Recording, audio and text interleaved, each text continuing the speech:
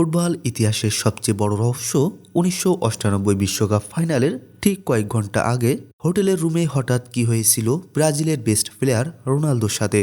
পুরো বিশ্ব যখন ফাইনালে ব্রাজিল বনাম ফ্রান্সের মহাযুদ্ধ দেখার অপেক্ষায় ছিল, ঠিক তখনই খবর আসে ব্রাজিলের সেরা তারকা রোনালদো নাকি ফাইনালে খেলছেন না। কিন্তু নাটকীয়তা তখনও শেষ হয়নি। ম্যাচ শুরুর মাত্র ৪৫ মিনিট আগে রহস্যজনকভাবে আবার প্রথম একাদশে ফিরে আসেন তিনি। মাঠে নামলেও চেনা ফর্মে ছিলেন না রোনালদো। পুরো ম্যাচেই তাকে এক ভুতুড়ে ছায়া মনে হচ্ছিল এবং ব্রাজিল ৩-০ গোলে ম্যাচটি হেরেও যায়। ম্যাচ শেষেই বাতাসে ভাসতে শুরু করে এক ভয়ানক ষড়যন্ত্র। স্পন্সর প্রতিষ্ঠান নাইকি নাকি কোটি কোটি টাকার বিজ্ঞাপন বাঁচাতে অসুস্থ রোনালদোকে খেলতে বাধ্য করেছিল। অনেক ব্রাজিলিয়ান ফুটবল ভক্তরা দাবি করেন ফরাসি এজেন্টরা নাকি রোনালদোর দুপুরে খাবারে বিষ মিশিয়ে দিয়েছিলেন যাতে ফ্রান্স জিততে পারে। তবে একদল চিকিৎসক দাবি করেন ফাইনালের তীব্র মানসিক চাপ, ক্লান্তি এবং ব্যথানাশক ওষুধের প্রতিক্রিয়ায় রোনালদো হোটেলের রুমে খিঁচুনিতে আক্রান্ত হয়েছিলেন।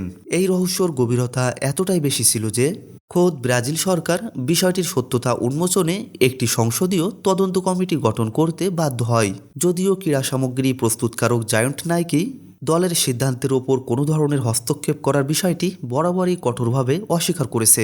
আজ এত বছর পার হয়ে গেলেও ফুটবল প্রেমীদের মনে একটাই প্রশ্ন, সেই রাতে আসলে কি কোনো বড় ষড়যন্ত্র হয়েছিল, নাকি এটি শুধুই এক নিয়তির খেলা ছিল?